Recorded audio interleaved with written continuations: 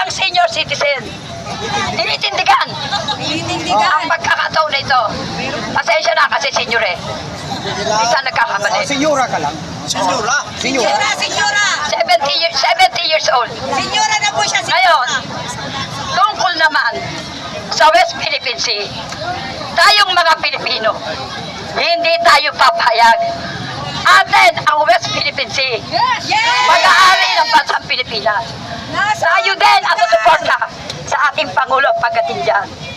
Kaya tayong mga warriors ng BBBM, Pangulong Bongbong Marcos, lahat tayo handa. Handa natin lahat ang sarili natin. Tayo ang pag-asa ng ating Pangulo.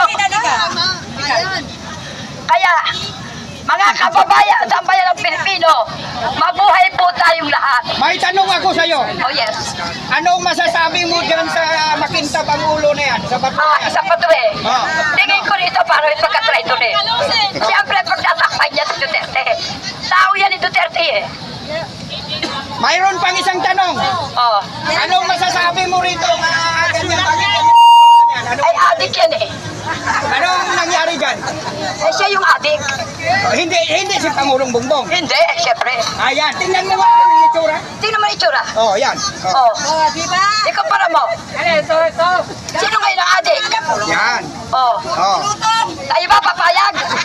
Siyempre hindi.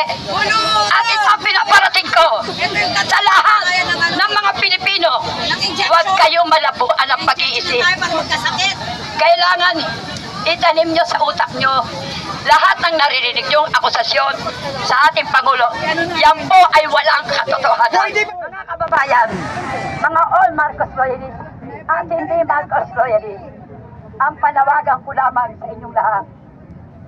Tayo, tulungan natin ang administrasyon, lalo na sa ating mga Pilipinong naghihirap. Tayo ang pag-asa, lalo na lahat din ng mga politiko na merong kurap, merong hindi. Dahil yung kinukurap niyo kung maaari sa mga korupsyon, itulong niya sa mga mahihirap para gumanda ang ating bansa. At ang ating Pangulo, hindi niya kaya mag-isa yan. Nasa atin ang pag-asa ng ating administrasyon. Yung kung wala tayong barel, wala tayong gagamiting dahas, ang gagamitin natin ay dasal. Hawak kamay, magkaisa. Kaya, mabuhay ang bansang Pilipinas! Mabuhay ang Pilipino! Mabuhay ang mga Pilipino! Mabuhay ang Pilipino! Mabuhay si Marcos! Mabuhay lahat! Kaya mga kababayan, ako po bilang sa senyor, at kahit ako'y hinihingal, kahit ako'y hinahapon, wala akong hika, pero kaya ko. Alang-alang sa Marcos. Ano ba sinasabi ko noon? Diba ang Marcos ang aking vitamin? Kaya eto, lumalakas ako dahil sa Marcos. Yes! Lahat tayo mga Marcos loyalists. Yes! Ang lakas natin ay laki Marcos. Yes! Diba? Wala itong bayad. Pinauna ko, hindi kami bayaran. Yes! Hindi kami bayaran! Sariling sikap ko. Bayaran! Mga volunteer po ito! Ako mula ng Laguna, bumiyahe papunta dito. Siyempre, malayo paglakarin niya. Kaya mga kasama, hanggang dito na lang at miyami na ulit. Magpapay na muna, Lola.